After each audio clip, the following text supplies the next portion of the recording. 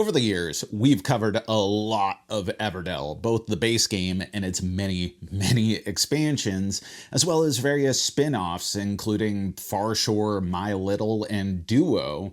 And ultimately, I've only ever kept the base game and its supporting content, with my particular preferred flavor being base plus Spirecrest and Belfair. But even not including all the spin-offs, that's a lot of Everdell to hold on to.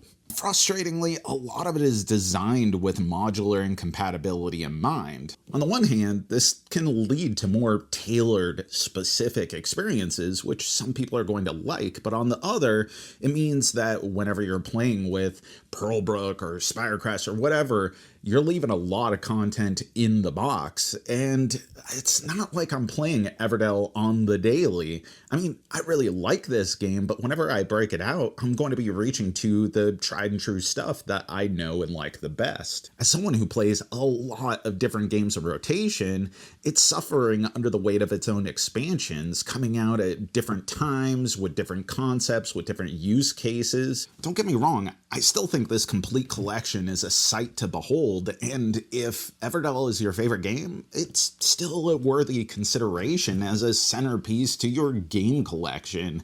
But for me, it's ultimately proven to be more tomb than boon, if you know what I mean, which is why I am so jazzed about the new release, Silverfrost. I think discussion of this standalone game, largely the same system from previous Everdell installments, will be dominated by trading in the big dumb cardboard tree for the big dumb cardboard mountain, which is easily one of the most ornate functional game props I've played with in a while, which, unlike the extremely solid Barad-dûr from Fate of the Fellowship, which breaks down into 3 solid pieces, this thing has folds and inserts and proppers abound. By my second play, it only took 2 or so minutes to put together, but it's more finicky than a lot of people will want, though it seems Tycoon Games, formerly known as Tabletop Tycoon, aka Starling Games, aka Victory Point Games, aka etc., acknowledge that players might not want to put up with this by including a comparatively flaccid little piece of cardboard that has 2-dimensional space for everything gameplay-wise. But let's be honest, if we aren't playing with the awesome big dumb ornate mountain in an Everdell game, what are we even doing here? In terms of gameplay, it's a familiar affair with some tweaks. The basic concept of Everdell is here. You have 2 workers to start. Every turn you can either play a card from your hand or the public market, or place a worker in an available spot to get its rewards, or recall your workers passing you into the next season, triggering some effects and unlocking additional workers for use. Cards you play are added to your city, broken down into 5 suits for immediate, persistent, endgame, and activatable effects, with loads of synergy between them and extremely endearing artwork. There's a reason why Everdell is well loved. This is a very good, proven system. What's new is Silverfrost really ups the pressure and the empowerment of Everdell. It's no longer just about maximization, but much more about investment, preparedness, and potential. I find that I'm much more choosy about how I approach my turns in this game in a really good way. Pressure generally comes from snowfall. As players pass into new seasons, snow is added to their personal cards, as well as worker spots and market cards on the central board.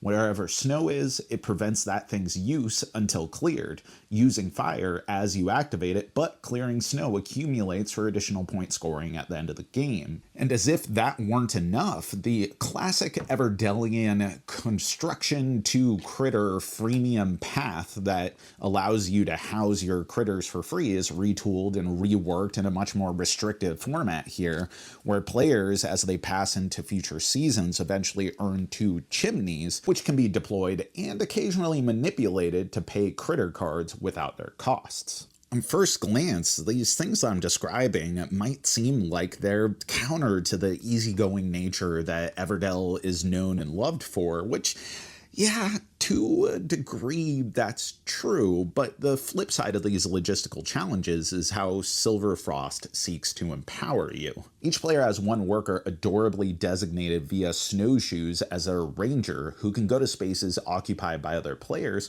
or gets a free fire if going to an open space. Then there's the mountain where the big creatures roam, and these thick boys are a river of activatable one-time effects that when activated, you also get the points listed above them depending on how far to the right they are. And they are powerful, but the chalets are limited based on player count and always require a fire to call upon. The limited and fleeting nature of these, along with the fact that they have increasing point values that make it more eye-catching, demanding your attention, is an incredibly important asset and very big part of your decision-making as you're playing this game, and also manages to make the big dumb mountain seem a little less dumb and maybe kinda majestic.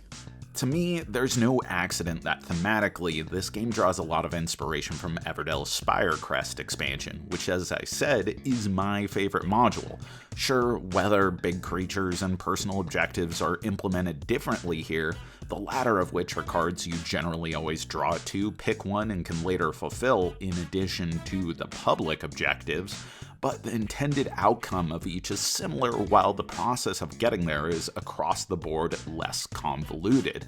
I'm also taken with the blustery Arctic setting, which I may be partial to as an Alaskan, but from the birch twigs to the frosted peaks, it reinforces the coziness Everdell is known for, but hints at the adversity and challenge mirrored in the gameplay. The elements aren't only a setting, but an obstacle to plan for and overcome. And that's the biggest downside compared to the original. I truly believe that it's the more interesting, more challenging, more expertly crafted game than base game Everdell ever was. But the sort of easygoing and unhindered acceleration of the original game is going to be something that a lot of people are going to prefer. And admittedly, there are things I miss, particularly when combining the expansions, such as personal player powers and upgradable workers. But for me, this game offers much more. For all the spin-offs, for all the different iterations of Everdell over the years, I've never been tempted to get rid of the original, but after several plays of Silverfrost, it's delivering the synergistic gameplay, the inviting theme, the beautiful, borderline, obscene production values that I love about Everdell, while adding some compelling new layers and wrapping it all in a tighter, more confident package. I'm finally ready to let go. And that's our review. But let me know, what is your favorite iteration of Everdell, and have you played Silverfrost? What's your favorite Cardboardian monstrosity? Put it in the comments below, and as always, thanks for watching, thanks for supporting, thanks for being such a great community. You know that I've been Jack for the Cardboard Herald.